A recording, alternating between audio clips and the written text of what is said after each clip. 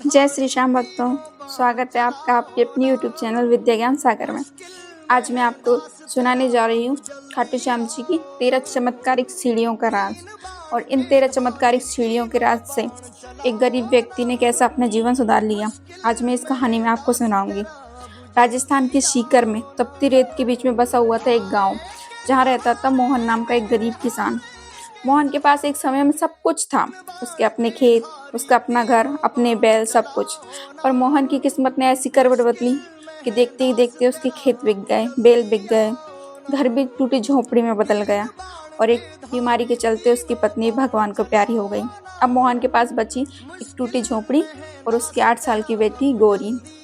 मोहन का सभी श्रापित समझते थे कि जो भी मोहन के पास आएगा उसका बुराई होगा, इसलिए उसके अपनों ने भी उसका साथ छोड़ दिया। मोहन दिन भर मेहनत करता, पर इतना भी नहीं कमा पाता कि 2 वक्त पेट भरकर खाना खा सके। कभी कभी तो उसे रात में भूखा ही सोना पड़ता। एक दिन मोहन रात को सो रहा था कि तभी उसके सपने में नीले घोड़े पर सवार होकर एक सुंदर युवक उसके सामने आया। और उस युवक ने मोहन को कहा, तू खाटू जा, तेरी सारी परेशानियों का हल वहीं मिलेगा। मोहन अचंभे में पड़ गया कि ये कौन है, और मोहन घबरा कर उठा। मोहन जैसे ही उठा, उसका सारा शरीर पसीने से तरबतर था।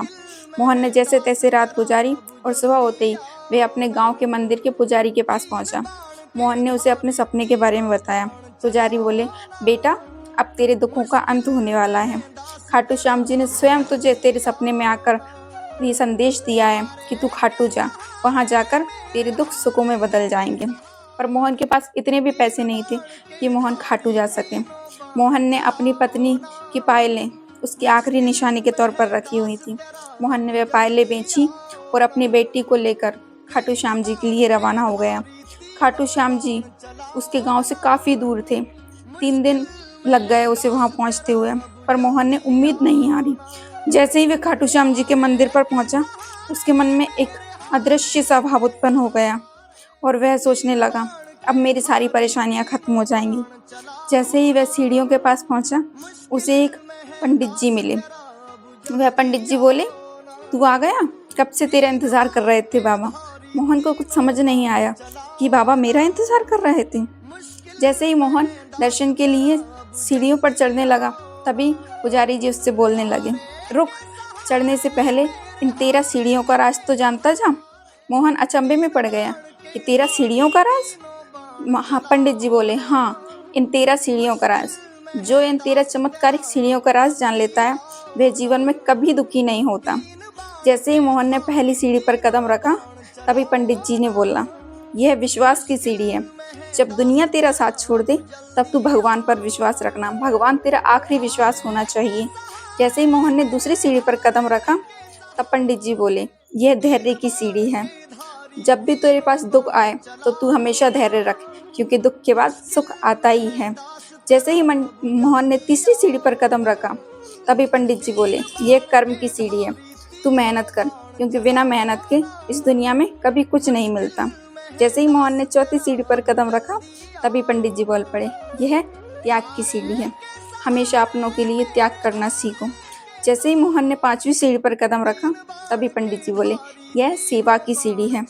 अपनों की सेवा हमेशा करते रहो। जैसे ही मोहन ने 6वीं सीढ़ी पर कदम रखा, तभी पंडित जी बोल पड़े, यह क्षमा की सीढ़ी है। इसलिए बेटा, जो भी अपनों ने तेरे साथ किया है, उन सबको तू क्षमा कर दे। तभी मोहन को अपने परिवार, रिश्तेदार याद आ गया, जिन्होंने एक समय पर उसका घर, उसका खेत, सब कुछ छीन लिया था। पर मोहन ने बड़ा दिल रखते हुए उन सबको क्षमा कर दिया। जैसे ही मोहन ने 7वीं सीढ़ी पर कदम रखा, पंडित जी बोले, ये सत्य की सीढ़ी है। हमेशा सत्य का सहारा लेकर चलो, भगवान तुम्हें कभी हारने नहीं देंगे। जैसे ही मोहन ने 8वीं सीढ़ी पर कदम रखा, तभी पंडित जी बोल पड़े, यह विनम्रता की सीढ़ी है। 9वीं सीढ़ी पर कदम रखते ही श्रद्धा की सीढ़ी है। और जैसे ही मोहन ने 10वीं सीढ़ी पर कदम रखा, पंडित जी का स्वर गंभीर हो गया और पंडित जी ने गंभीर स्वर में बोला, 10वीं सीढ़ी परीक्षा की सीढ़ी है। जब भी परीक्षा आए, कभी घबराओ मत, भगवान पर विश्वास रखो।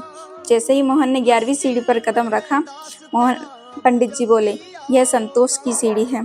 जब इंसान यहाँ तक आ जाता है तो वह अपने जीवन में संतोष पा जाता है। जैसे ही मोहन ने 12वीं सीढ़ी पर कदम रखा, पंडित जी बोले, यह प्रेम की सीढ़ी का प्रतीक है। और जैसे ही मोहन 13वीं सीढ़ी पर चढ़ा, पंडित जी बोले, बस यहाँ आकर व्यक्ति पूर्ण रूप से भगवान को समर्पित हो जाता है, इसलिए यह सीढ़ी समर्पण की सीढ़ी है। जैसे ही मोहन 13वीं सीढ़ी पर चढ़ा और उसने भगवान के दर्शन किए, बस उसकी आंखों से आंसू बहने लगे। वह बोल पड़ा, मुझे कुछ नहीं चाहिए बाबा, मुझे कुछ नहीं चाहिए, आप बस मेरी बेटी को खुश रखना और मुझे इसके अलावा कुछ नहीं चाहिए। मोहन ने जैसे ही दर्शन किए, सबकी नज़रें मोहन पर ही टिकी हुई थी। ऐसा लग रहा था मानो भगवान भी मोहन का काफ़ी समय से इंतज़ार कर रहे थे। जैसे ही मोहन भगवान के सामने झुका, भगवान ने अपनी माला में से एक फूल तोड़कर मोहन की ओर फेंका। सभी मंदिर में उपस्थित व्यक्ति इस दृश्य को देखकर अचंभित हो गए। मोहन जैसे ही दर्शन करके नीचे आया, एक व्यापारी ने मोहन का हाथ पकड़ लिया और बोला, तुम मेरे साथ काम करोगे? मुझे एक ऐसे ही ईमानदार मजदूर की ज़रूरत है। मोहन ने कहा, ज़रूर ज़रूर, मैं आपके साथ ज़रूर काम करूँगा। और मोहन ने 7 महीने तक कड़ी मेहनत ईमानदारी से उस व्यक्ति के यहाँ काम किया और उस व्यक्ति को मोहन का काम इतना पसंद आया कि मोहन ने उसे अपने व्यापार में भागीदार बना लिया।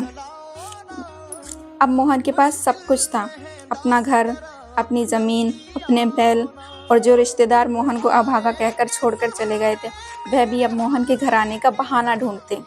एक दिन गौरी उससे पूछने लगी, पिताजी, वह भी क्या दिन थे जब हमारे पास 2 वक्त खाने का भोजन भी नहीं हुआ करता था, और आज क्या दिन है जब हमारे पास सब कुछ है।